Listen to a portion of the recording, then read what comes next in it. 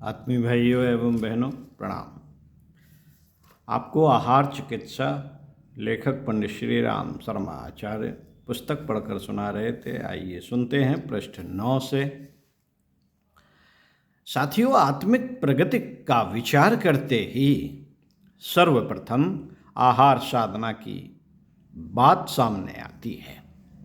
स्वाध्याय, सत्संग, कथा, कीर्तन, धर्मानुष्ठानों की त्रय आहार में सात्विकता, सदाशयता के समावेश को आहार कल्प को भी आध्यात्मिक उत्कर्ष के अनिवार्य आधारों में सम्मिलित किया गया है।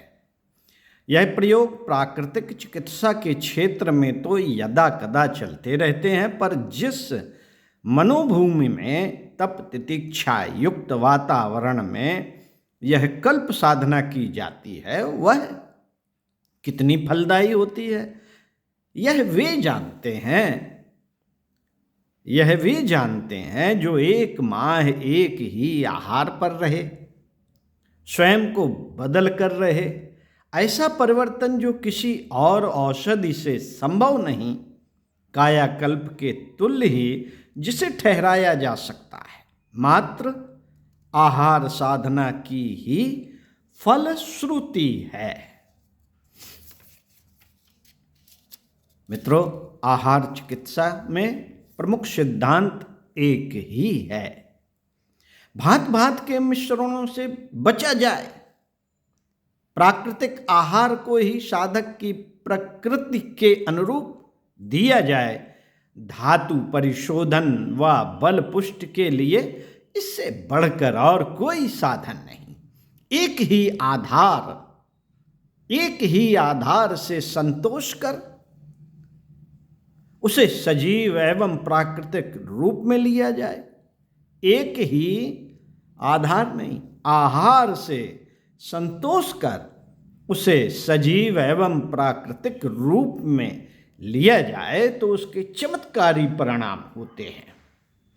वन में विचरण करने वाले, प्रकृति के संपर्क में रहने वाले पशु पक्षी कहाँ मसालेदार भोजन खाते हैं। वे कभी अस्वस्थ होते नहीं देखे जाते। आहार शास्त्रियों ने मनुष्य के लिए सर्वश्रेष्ठ भोजन फल निर्धारण किया है। इनसे अधिक लाभदायक, शीघ्र पचने वाला, जीवनी शक्ति वर्धक, शुद्ध रक्त बढ़ाने वाला और कोई पदार्थ प्रकृति जगत में नहीं है।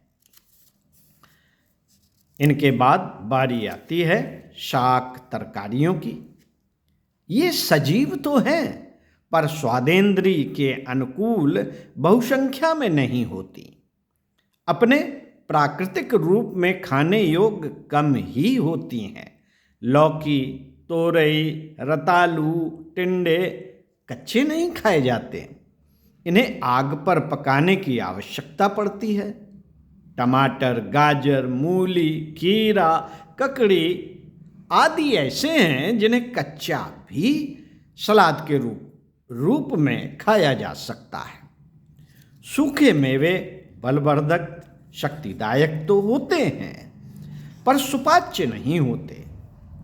पाचन में गरिष्ठ तथा सबके लिए सुलभ न होने के कारण इन्हें खाया जाना अपनी चिकित्सा पद्धति के अनुसार उचित नहीं है। दूसरे परिपूर्ण आहार होते हुए भी किसी एक पर पूरी तरह रहना शरीर विज्ञान की दृष्टि से भी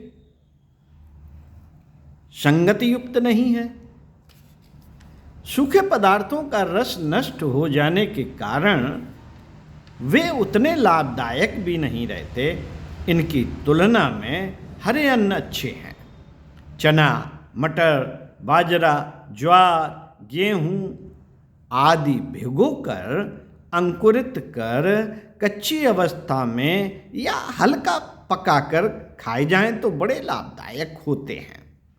इनके अतिरिक्त दूध, गेहूं के जवारे, बरसीम अपने आप में परिपूर्ण है।